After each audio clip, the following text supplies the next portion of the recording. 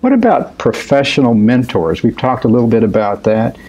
There were individuals, you talk about some in your writings, that had a particularly important influence on you as, say, a mentor, a role model. You already talked about Dr. Schweitzer. Say a little bit about that, and particularly how they're influenced you in specific ways. What did they? Okay. How did that work for you? Professional mentors. Well, and I don't think one can really divide mentors between professional and personal, because it all comes together. And I would regard Schweitzer as a mentor, even though I never met him. And I think this is an important thing, to read history and find people that you admire. For example, I was talking to my grandson one day about Spinoza, and he knew about Spinoza. I said, no one knows about Spinoza. How do you have? And he read about Spinoza. Spinoza was a Jewish philosopher. His grandfather, I think, was one of the first Jews into Amsterdam, and they gradually developed to a synagogue. And Spinoza was a free thinker. And he was so brilliant, he was always asking the rabbis questions they couldn't answer, to the point that it worried the rabbis that he was diverting young people away from the synagogue. They offered him money if he would stop talking. And Spinoza was such a good person. And you'll understand if I tell you this story, why I admire him. When his father died, his sister managed to get the entire estate. And he said, this isn't right. And he went to court. And in court, the court didn't divide the estate. They gave the entire estate to Spinoza.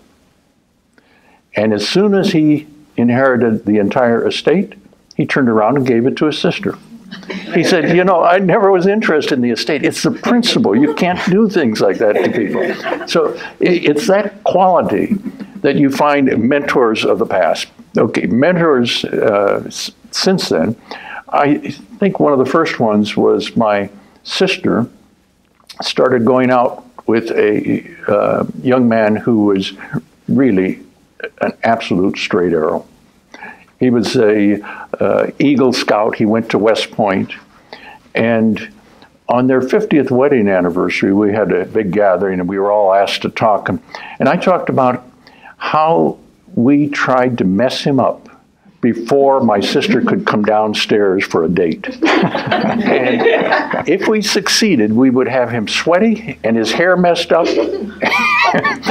And think of how awful that was. But he took it all and married her anyway. And in fact, he was in the same class at West Point that Craig Withers' father was in. And the two of them maintained a friendship until Craig Withers' father died maybe 2 years or 3 years ago. So he was one of the first people that I looked at and thought, he really is so good that how do you become good like that? Then at age 13, I began working in a drugstore. The pharmacist and his wife were only 10 years older than me. And they what I didn't know, we moved to town, what I didn't know is they had just started the drugstore a month before. And I walked in applying for a job, and I didn't even think of mentioning to him why I was limping. I had a long leg cast on, and I went limping in. And he told me afterwards he had no need for another employee, and he certainly didn't need a teenage employee. And he said somehow he couldn't resist a 13-year-old handicapped child who came in with letters of recommendation from former employers. And so he hired me. Well, they turned out to be such good mentors. And here I was suddenly being introduced to science, because the metric system is what you use in pharmacy. And people came in that I became acquainted with. One of them, a brilliant man who did assays for the mines.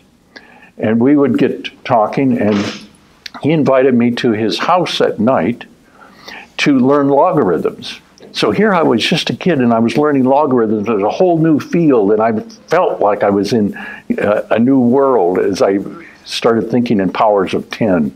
That was a powerful lesson in science. So they were very important. I went to college, and my biology professor was just what you'd expect a German scientist to look like, white hair that stood straight up, curly. And he would start lecturing before he got into the room.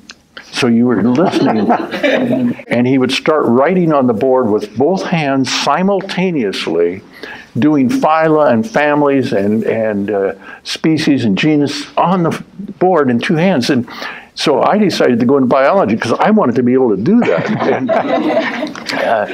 And he was a formidable person. And I started working for him as a lab assistant. And then when I decided that I'd like to go to medical school, I find out that he really does have influence at the medical school, that if he recommends someone, they have to have a good reason for turning them down. So he said, okay, I can't just accept you. And he gave me a battery of tests, IQ tests, Minnesota multiphasic, and all that, before he would agree to sponsor me. So that he turned out to be a very important mentor. I went to medical school already interested because of Schweitzer in global health. And I could not find two people in the medical school 60 years ago at the University of Washington that were interested in global health, but I found one. And his name was Ray Ravenholt. And I began working for him after school and on Saturday. And he said, if you're really interested in global health, he said, there are no true pathways, but go to Atlanta, join the EIS program at CDC, and you will meet people interested in global health, and you will have friends for life that will keep you in global health. And that's exactly what I did. Such good advice. A few months ago, I was back in Seattle for the Gates Foundation annual meeting. When I worked there, we could fit around a table. Now there are 1,500 employees, and Bill Gates interviewed me for 30 minutes in front of those 1,500 people, and one of the subjects was mentorship. Mm-hmm. And so I said, 60 years ago, I was in this town going to medical school, and I couldn't find interest except from one person. Well, Bill Gates did a double take when I said 60 years ago I was in medical school, and people laughed. And so I said, you have to understand why he did a double take. It wasn't the 60 years. It's he never has actually believed I went to medical school. But then I told about Ray Ravenholt, and I said, the interesting thing is, he became head of family planning for USAID. He retired, came back to Seattle, and I said, believe it or not, he's still alive, living in Laurelhurst right next to University of Washington. He's 93 years old. But I said, even more amazing, he's in the room here today. And with that, he stood up and the spotlight went on him and he got an ovation. And it completed a circle of being able to thank a mentor in front of people as you're telling them, find mentors of your own. So that turned out to be important. And then through the years, I kept getting mentors even when I wasn't trying to. I went for CDC for 3 months to India to be a substitute Peace Corps physician when the Peace Corps physician got sick there. And while they were recruiting, I went.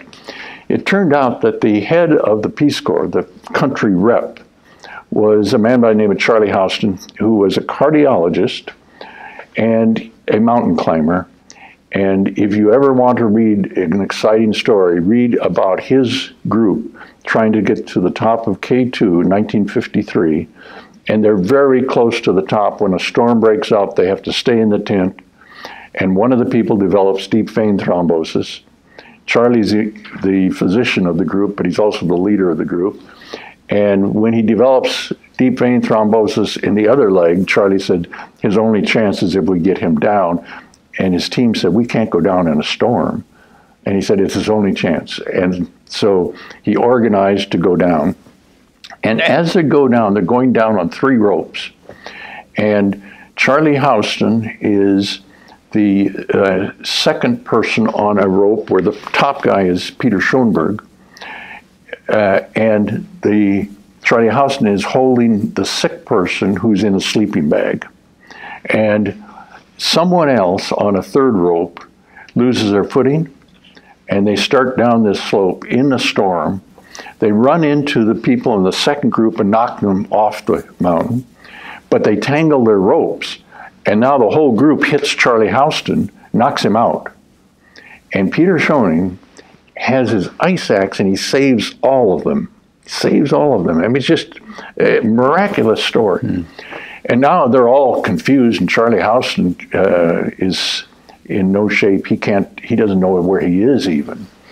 And the end of the story, so I want you to read it because it's exciting. The end of the story is they don't save the person with the deep vein thrombosis. They keep him in a sleeping bag with an ice axe while they try to clear off a place to put a tent so that they can get reorganized. When they get back to him, he's gone. And they assumed that an avalanche had taken him. Charlie Houston says no, that what he did is he realized he put everyone at jeopardy, and that he pulled himself up and took the ice axe out and careened down the mountain. At any rate, Charlie Houston turned out to be one of the great mentors that I've ever had, and his son worked at CDC. And Charlie and I stayed in communication into his 90s. I talked to him 3 weeks before he died, and he was so interested in everything. And so he turned out to be one of the best mentors. He was a cardiologist. He worked on an artificial heart. He was a high-altitude physiologist. I went to University of Denver when he was 93, and he was getting an honorary degree for his work. And he brought back all the living members of that 1953 team. Wow. The oldest one being 95 at that point. It was really a high. Well, through the years, I've had so many mentors.